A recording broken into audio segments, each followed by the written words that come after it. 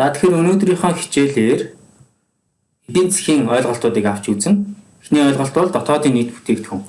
За дотоодын нийт бүтээгдэхүүн гэдэг бол тухайн улсын хэмжээгээр нэг жилийн хугацаанд үйлдвэрлэсэн эцсийн бараа үйлчлэгээний зах зээлийн үнийн дүнг хэлдэг байгаа. Тэгэхээр дотоодын нийт бүтээгдэхүүнийг тооцох орлогын болон зардлын арга байдаг. За орлогоор олох аргуудыг хэн хэлэх вэ?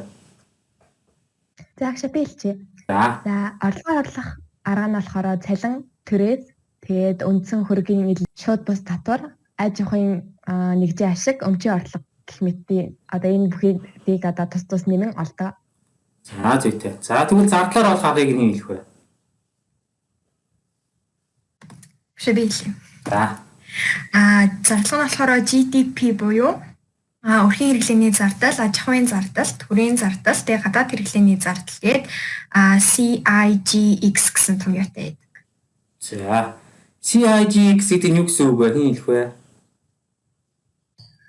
Юу штэ нөгөө C гэдэг нь болохоор өрхийн хэрэглээний зардал штэ. Тэгээд одоо өрхүүд нөгөө нэг өөрсдийнхөө мөнгөөр нөгөө дэлгүүрээс хүнсээ цуглуулад тэгж байгаа ямыг нь болохоор хэлж байгаа. Тэгээд нөгөө аж ахуйн нэгжийн зардал гэдэг нь аж ахуйн нэгжүүд ингээд аж ахуйн нэгжүүдийн хөрөнгө оруулалтын зардлыг хэлдэг.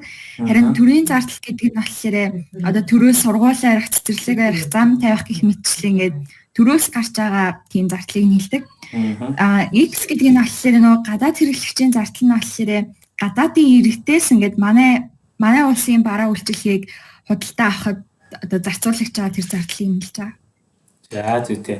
Өөр ер нь энэ дотоодын нийт бүтээгдэхүүнийг олох аргатай холбоотой нэмэлт мэдээлэл хэлэх хүүхэд байна уу? Монголд болохоор ДНБ-г орлого зарлагаар нь бодож олдог бол Японд бас үйлдвэрийн аргаар нь олдог арга байдаг. За сайн байна.